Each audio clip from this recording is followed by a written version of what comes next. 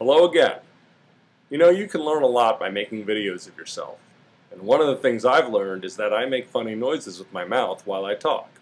So I have a behavioral challenge today, which is to not do that. We'll see how I do.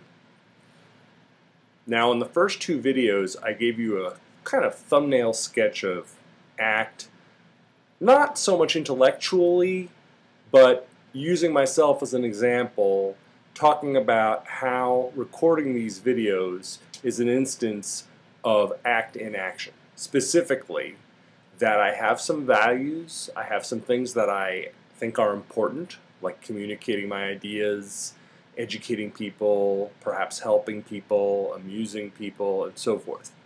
And that I am willing, in the service of those values, to feel some discomfort. And indeed, making these videos is a little uncomfortable, since it's not something I'm used to.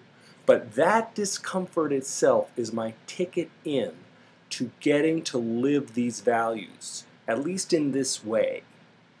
And so now what I'd like to do is talk about how ACT might be used, is used, to help someone who might be diagnosed by a psychiatrist or a psychologist as having an anxiety disorder, let's say.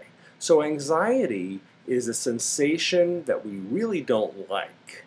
It's a kind of fearful, nervous, unpleasant sensation. It can really take many forms. Safe to say, very few, if any of us, like feeling anxious. And what goes along with anxiety behaviorally is avoidance. So as a sort of behaviorally oriented psychologist, I think about anxiety at the same time as I think about avoidance. And what makes us anxious, we tend to avoid. We tend to stay away from things that create that really unpleasant feeling in our body, and other unpleasant manifestations, worries, thoughts that we don't like. So in ACT for anxiety, one thing that I find very important is identifying what a person really cares about that might be worth suffering for. What you care about so much that you might be willing, for the sake of that, and in order to have contact with that part of your life, you might be willing to actually have this kind of awful feeling of anxiety and all the thoughts that go along with it, some of which can be quite unpleasant as well. So it's, in a sense, a kind of motivational examination. What's worth it?